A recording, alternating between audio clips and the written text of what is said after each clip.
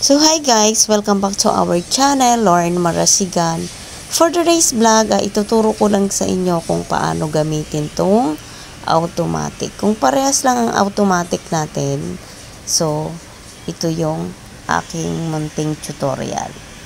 So ito yung aking washing, ito ay Sharp ang brand, and then nasa 8kg. So ngayon, ito ang lalagyan ng sabon at saka yung fabric conditioner. So,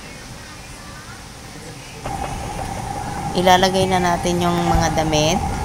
Bali, ang damit ko na nilagay dito mga dekulay na kasi tapos na yung aking puti. So ilalagay na natin tong sabon. Any brand naman ng sabon pwede dito. Pwedeng liquid or ganitong powder.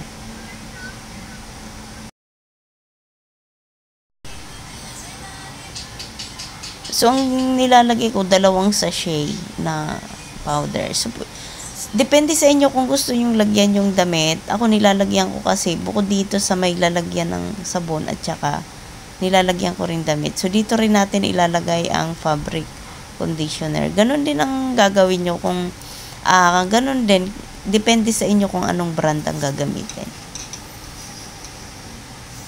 So, ganon lang.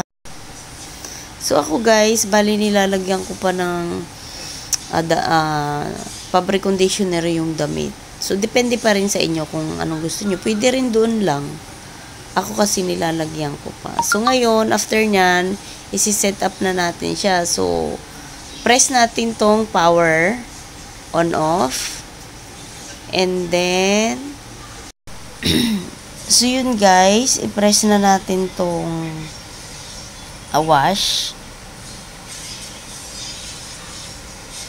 Tapos, dito sa rinse, press nyo rin. So, pipili kayo kung ilang minutes ang gusto nyo. Ang ginagawa ko dito sa rinse, 2 or 3 ang pinipili ko siya. So, dito naman sa spin dry, 3 minutes lang ang inaano ko siya. So, press natin tong wash. Tapos, punta tayo dito sa water label.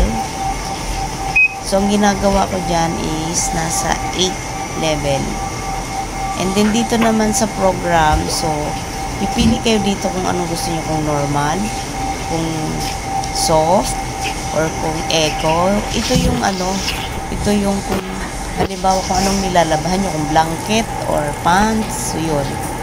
Ako, ang ginagamit ko normal. So, ang ginamit ko dito sa wash, 15 minutes lang, and then dito sa rinse is 2 lang ako. So, after natin ma-set up yan lahat, start na natin siya guys.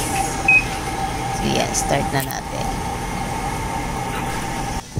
So, ito na yun guys. So, pag mabilis ang tubig sa inyo, mabilis din naman siya. Pero kung mabagal, yun, medyo mabagal din nga lang siya. So, tatakpan na natin siya.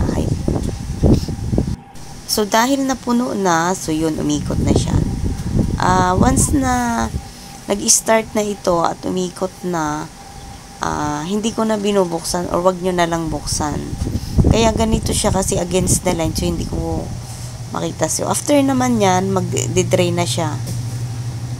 Automatic na siya mag-drain.